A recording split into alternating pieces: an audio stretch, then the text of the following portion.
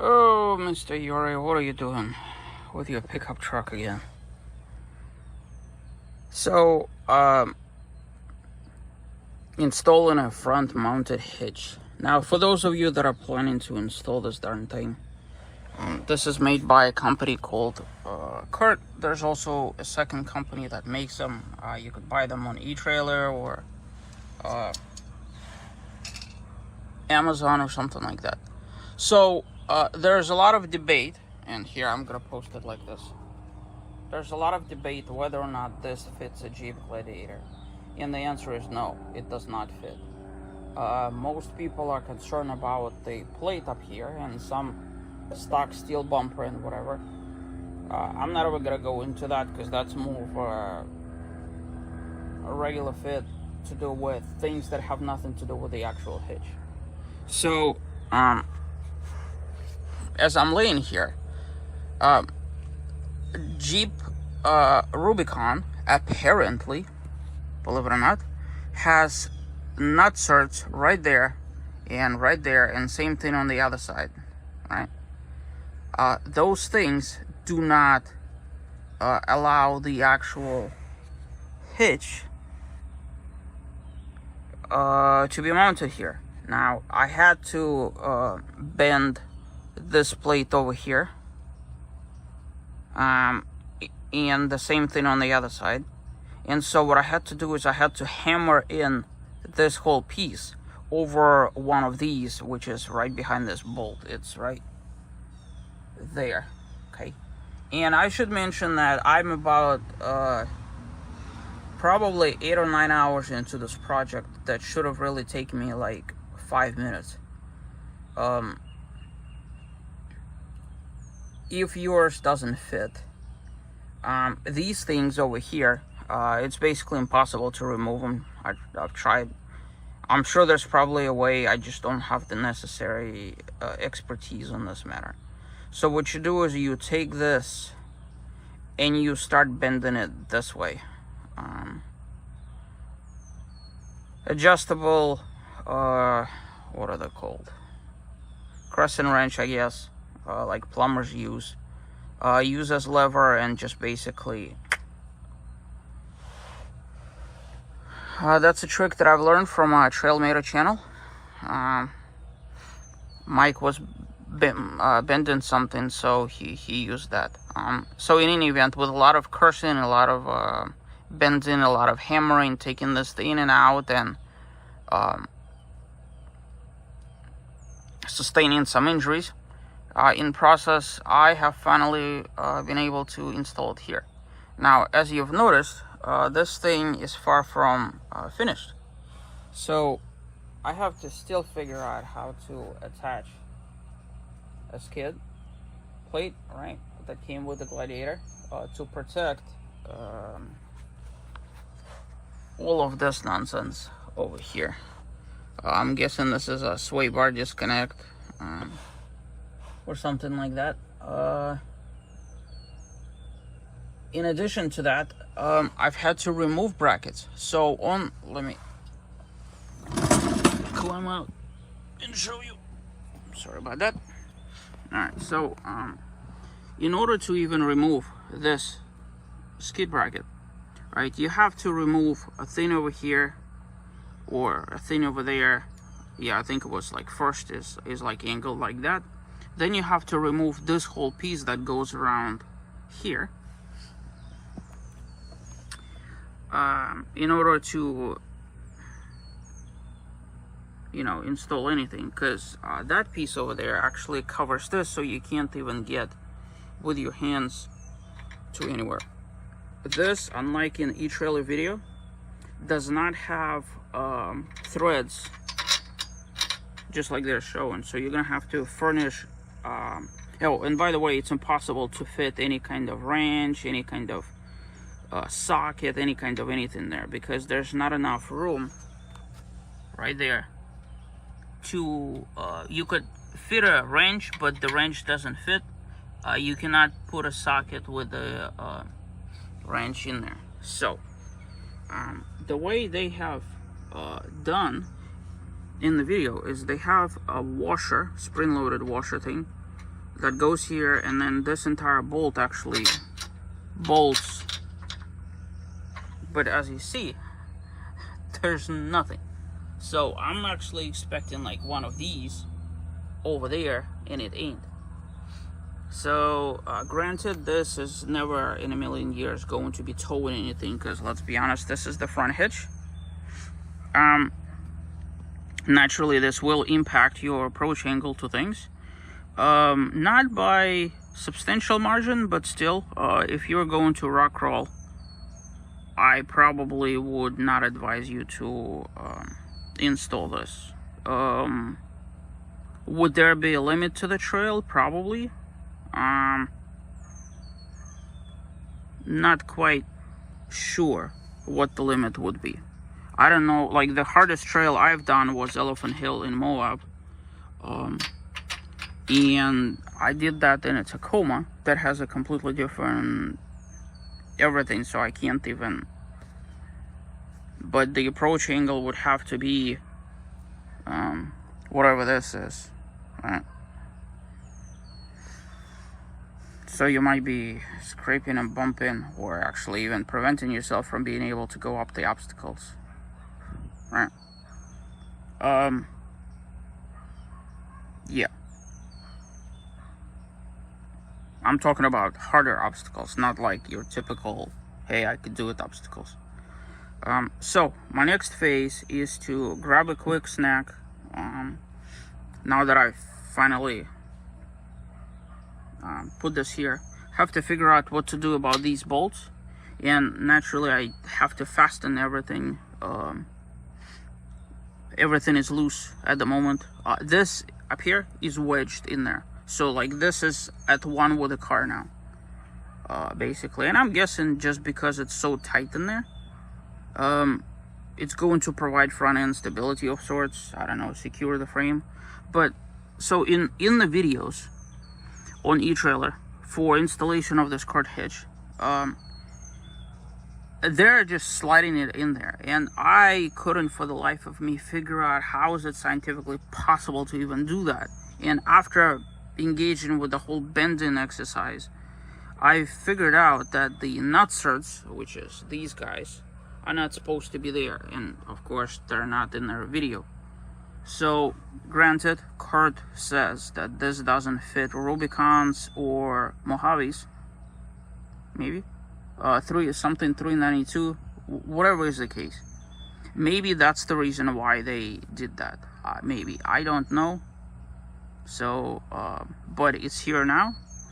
Once I tighten everything, it's going to be here permanently, because I ain't taking this off.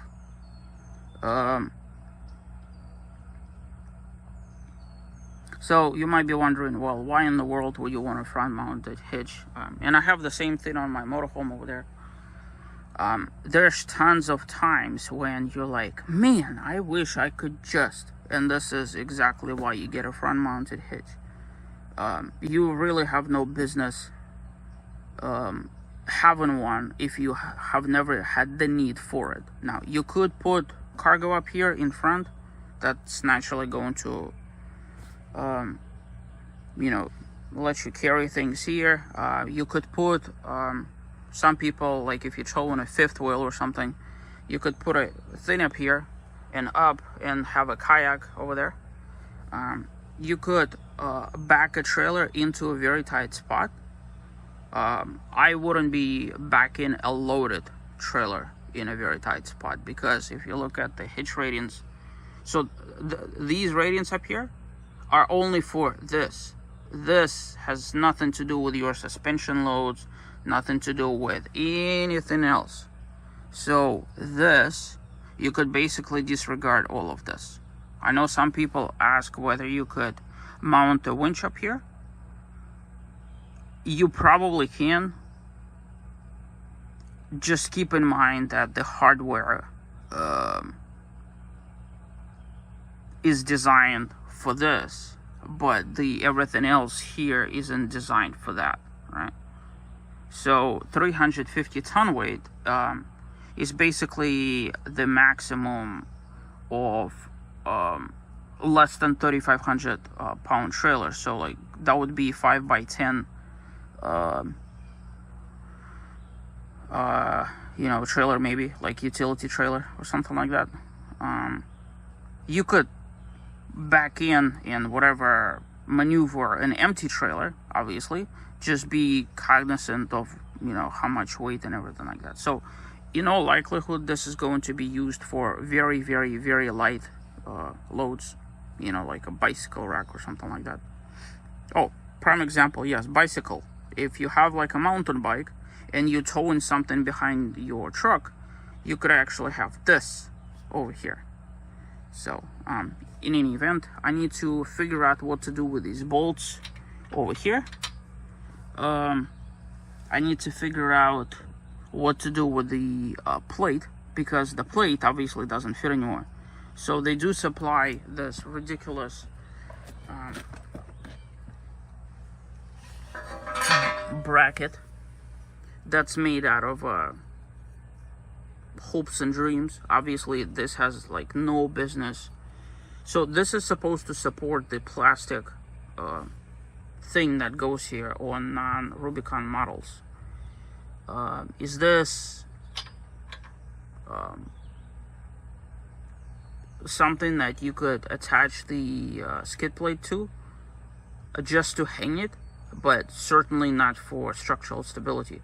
So because we've removed a whole bunch of hardware from here, it's impossible to mount that there anymore. So now I have to naturally ditch this and have a look, see about what I need to do.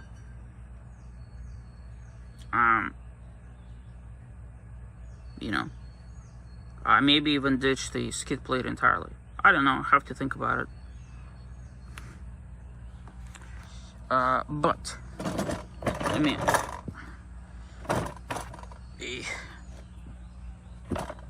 get there first.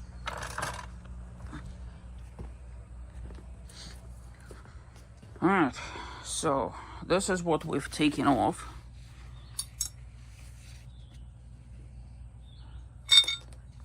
This is piece number 1, and this is piece number 2.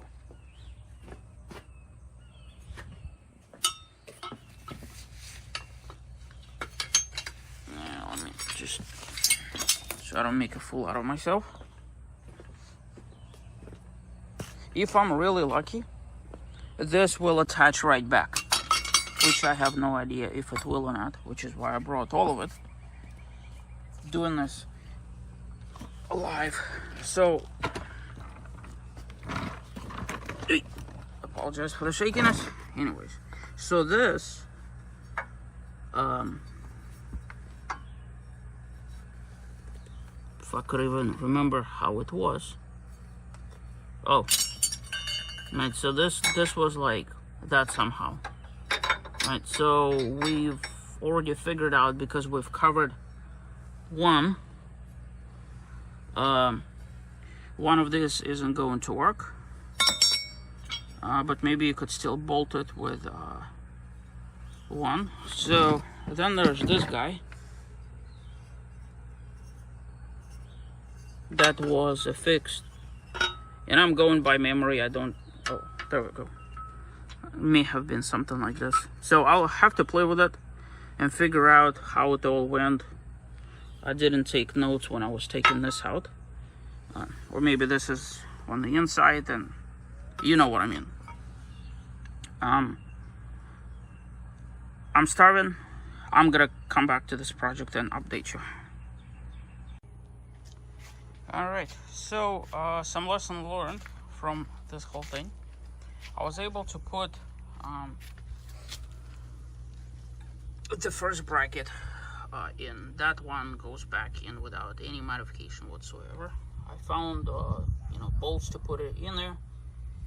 I found it rather impossible to tighten it until I was able to flip the nut on the other side, and at that point I kind of had a bit more of a grab to at least get it to bite. Once you put enough tension on it, you could actually ratchet it with the impact gun. So this is going back in normal. If I was to put the skid plate in, obviously it would have to be modified for this. The stuff over there, you basically need to cut the brackets and they still won't go in, and there's really only going to be like one bolt holding it. So after a lot of procrastination, I decided to just not think about it. So the whole point of a skid plate is that if you land on that right there, this piece over there breaks in most people that go off-roading anyways, at which point they upgrade to something else. This is the sway bar disconnect. The thing is, like, you have to make a conscious choice about what kind of off-roading you do. And honestly, I don't see myself being put in a situation where I need a skid plate in the first place. Of my off-roading in Moab and Colorado, I never once dragged my skid plate on anything. So, and that was like way more than I ever cared to ever overland / off-road in terms of my comfort level. So I'm gonna give it a rest for time being. I'm sure I'll figure out a way how to mount this in there. But that aside, there it is. So up front you could mount something like a mountain bike rack or something. As you see, I don't know if I've talked about this, but I've mounted the lights, so that's over here. The goal behind this whole thing is 2 of them are going to be used for fog lighting, and 2 are for like regular lights when off-roading. I don't know what the legality is in Florida, that's why I'm keeping covers on them. Nobody has ever tormented me about these being uncovered, but I know every state is different. So secondary to that, I wired my side lights and my ditch lights in the back. So now I have, with the flip of a switch, which I intend to actually test today, hopefully, or maybe tomorrow in the morning. Oh, you know what? Maybe I should do it tomorrow. Just to make sure that it all works. Another little mod is this little antenna thing. Believe it or not, the only reason why I'm getting this over here is so that